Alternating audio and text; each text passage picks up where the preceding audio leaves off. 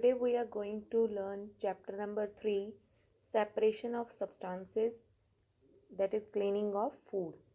Means के जैसे हमने मोस्ट ऑफ द सब्सटेंसेस जब हम देखते हैं तो वो मिक्स किए होते हैं. अगर कोई चीज़ दो चीज़ों को मिक्स करके बन रही है तो उसको हम मिक्सचर बोलते हैं. जैसे कि फॉर एग्ज़ाम्पल अगर आपने मीन्स अपने घर में भी देखा होता है कि कुछ चीज़ों का जो मिक्सचर है वो हमारी बॉडी के लिए हार्मफुल होता है. जैसे कि हमारी जो मदर्स हैं वो खाना बनाने से पहले अगर राइस बनाने हैं, चावल बनाने हैं तो उसमें कई बार कंकर होते हैं तो उनको वो निकालती हैं. तो वो अपने हाथ से उसको चावल में से कंकर्स को निकाल के उनको रिमूव करके देन उसके बाद वाटर के साथ उसको वॉश इसलिए करती हैं वो क्योंकि उनको होता है कि जो राइस में मिट्टी होगी या कोई और डस्ट पार्टिकल्स होंगे तो वो वहाँ से रिमूव किए जा सके. तो ये सब चीज़ें क्या है, नॉर्मल हम अगर घर में बात करें तो खाना बनाने से पहले चाहे वो दाल है चाहे वो चावल है उसको क्लीन करने के लिए उनको वहाँ से उन हार्मफुल सब्सटेंसेस को सेपरेट करने के लिए जो बेसिक टेक्निक यूज़ की जाती थी वो यही थी कि हाथ के साथ उसको रिमूव कर लो और जो अगर रिमेनिंग कोई जो डस्ट पार्टिकल्स हैं तो उसको हम वाटर के साथ वॉश करके रिमूव कर लेते थे.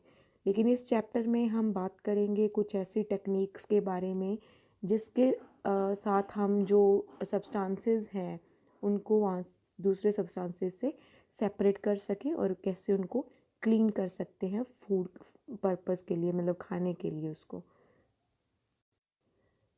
सेपरेशन की टेक्निक से पहले हम सबसे पहले ये स्टडी करेंगे कि जो हमने सेपरेशन करनी है, जो हम वहाँ से वो चीज़ें रिमूव करते हैं, एक मिक्सचर में से एक सब्सटेंस को निकाल देते हैं तो वो क्यों, उसकी ज़रूरत ही क्या है. तो first is to remove undesirable and harmful substances. Separation इसलिए की जाती है ताकि कोई जो हमें ज़रूरत नहीं है जिस सब्सटेंस की उसको रिमूव कर सके और जो सब्सटेंसेस हमारे लिए हार्मफुल हैं उसको रिमूव कर सके. Imagine the following situation. वो उन्होंने बोला है कि आप इमेजिन करो, आप सोच के देखो कि the milk you drink is not pure, it is mixed with substances like pond water containing bacteria. अगर आप जो दूध पी रहे हैं वो प्योर नहीं है, उसमें जो पॉन्ड है उसका पानी मिक्स किया गया है जिसमें बहुत सारे जर्म्स, बैक्टीरियाज हैं. Wheat and rice grains are stored for a long period. The grains may develop insects, larvae and egg.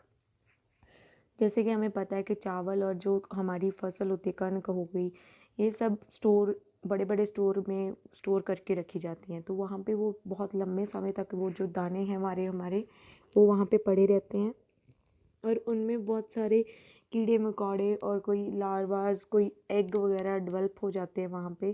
तो इसलिए उनको हम एज अ फूड वैसे सीधा नहीं खा सकते, तो उसको क्लीनिंग करनी पड़ती है. Wheat is not cleaned after collecting it from the field. It may contain stones, seeds of weeds. जब कनक हम अपने खेत से लेके आते हैं तो वो भी हमें क्लीन करनी पड़ती है क्योंकि उसमें कई बार कंकर्स होते हैं या फिर कोई वीड्स मीन्स होते हैं जैसे अनवांटेड प्लांट्स, अनडिज़ायर्ड प्लांट्स, उनके बीज आ जाते हैं उनके साथ. तो वो सबको रिमूव करने के लिए हमें जो कनक है उसको भी क्लीन करना पड़ता है. The water supplied to your home is not cleaned and treated by municipal authorities. जो पानी हमारे घर में सप्लाई हो रहा है वो भी क्लीन नहीं होता क्योंकि उनको जो प्रॉपर ट्रीटमेंट नहीं दिया जाता म्यूनिसिपल कमेटीज़ की तरफ से.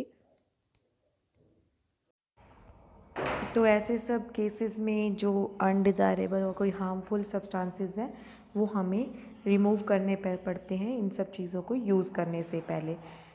To obtain useful components of a mixture. तो कई पहले तो था कि कुछ हार्मफुल सब्सटेंसेस हैं तो उसको रिमूव करने के लिए हमें जो सेपरेशन है वो करनी पड़ती है. लेकिन अब नेक्स्ट जो स्टेप है वो उसमें क्या है कि कई बार हमें किसी मिक्सचर में से कुछ कंपोनेंट्स बहुत ज़रूरी होते हैं, कुछ जो तत्व हैं वो निकालने होते हैं, तो उसके लिए भी हमें सेपरेशन करनी पड़ती है. Sometimes we separate useful components of mixture if we need to use them separately. For example, there are a number of useful components of crude oil like petrol, diesel and kerosene. These are separated and then used.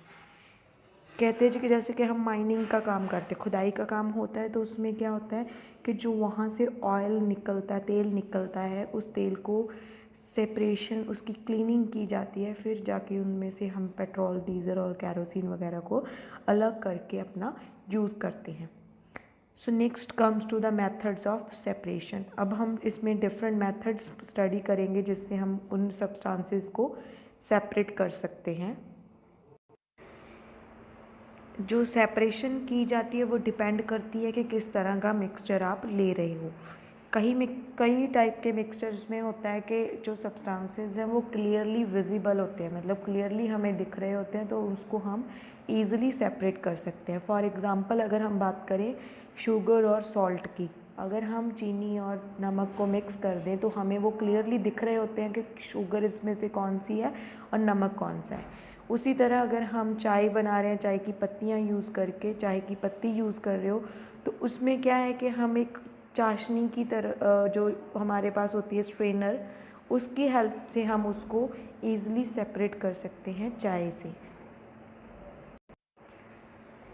जो separation है वो substances के size पे भी depend करती है कि कैसा साइज़ है उनका, और जो सब्सटेंसेस हैं उनकी प्रॉपर्टी कैसी है। प्रॉपर्टी मीन्स जैसे कि एग्जांपल लेंगे हम आयरन की, कि अगर कुछ आयरन फिलिंग्स है, कुछ लोहे की चीज़ें हैं, तो उसको अगर सल्फ़र के साथ मिक्स हुई हुई हैं तो उनको सेपरेट करने के लिए हम मैग्नेट की हेल्प ले सकते हैं। मैग्नेट में तो चुंबक की हेल्प से हम वो मिक्सचर में से जो आयरन है, जो लोहे के पीसेज हैं, वो उनको हम ईज़िली रिमूव कर सकते हैं। तो यहाँ तक जो हमने आज बेसिक इस चैप्टर के बारे में स्टडी किया है वो यही किया है कि जो सेपरेशन है, क्लीनिंग है फूड की, वो क्यों की जाती है किसी मिक्सचर की, प्लस उसको जो सेपरेट करने के तरीके हैं वो किस किस कंडीशंस पे बेस्ड हैं। Thank you.